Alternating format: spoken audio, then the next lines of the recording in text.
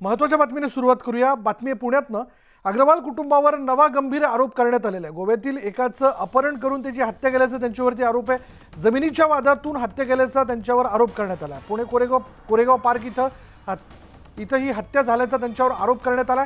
एका शिवसेना नेत्याने पुणे पोलीस आयुक्तांकडे तक्रार देऊ केली आहे। शिवसेनेचे सहसंपर्क प्रमुख अजय भोसले यांनी ही तक्रार दिल्याचं कळतंय।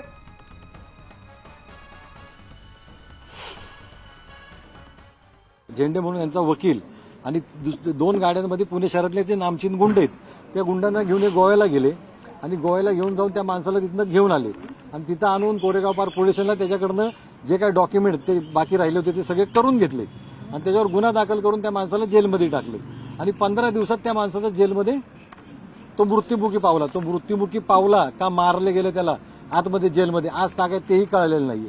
म्हणजे अग्रवाल फॅमिली ही सगळी गुन्हेगार प्रवृत्तीची आहे। यांनी असे अजून गुन्हे केलेले आहेत। पोलिसांनी जर आव्हान केलं ना की कुणाकुणाला यांच्यापासून त्रास आहे, कुणाकुणाला यांच्यापासून धोका आहे, किती लोक या कमिशनर ऑफिसला येतील बघा यांच्या विरुद्ध तक्रारी द्यायला।